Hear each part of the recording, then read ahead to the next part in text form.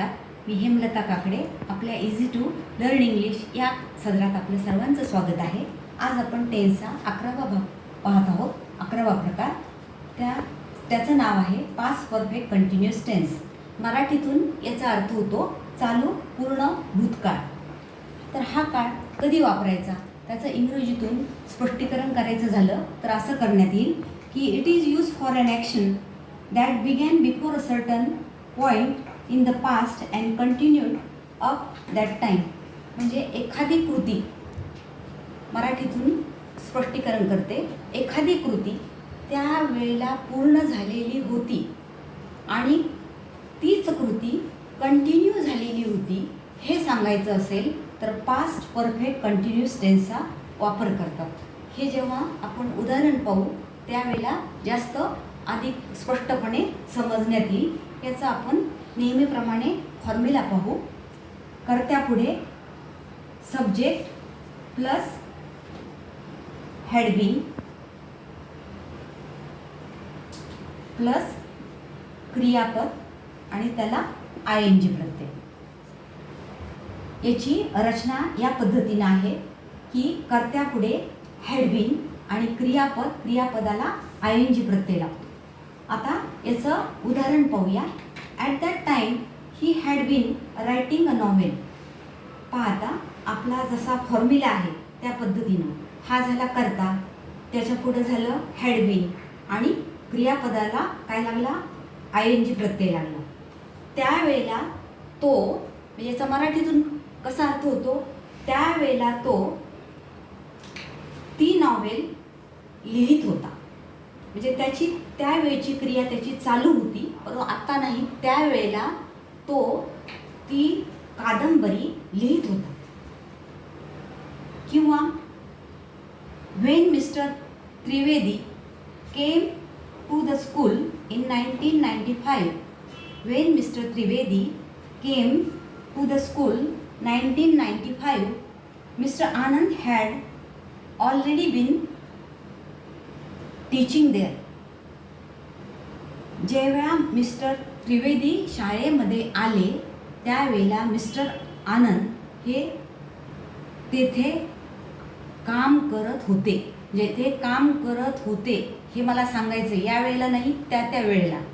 तर त्यावेळेला past perfect tense, past perfect continuous टेन्सचा वापर करतात. ही याची रचना झाली. आपण जसजसं याची उदाहरणं घेऊ तसं याचं स्पष्टीकरण अधिक करण्यात येईल, अधिक होत राहील. आता हा झाला 11वा प्रकार. आता पुढचाच लगेच आपण 12वा प्रकार पाहू. म्हणजे आपला टेन्सचा पूर्ण भाग, टेन्स आपले पूर्ण होऊन जातील. फ्युचर परफेक्ट कंटिन्युअस टेन्स हा 12वा प्रकार आहे. मराठीतून याला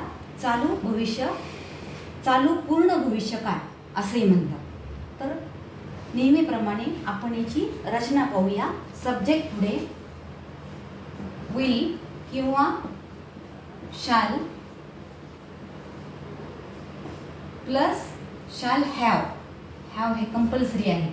विल किंवा शाल आणि त्याच्या पुढे हॅव, परत हॅव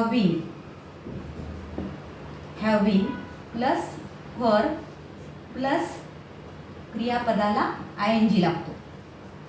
म्हणजे सब्जेक्ट प्लस विल किंवा शाल, हॅव बीन, वर्ब आणि त्याला ING लागतो.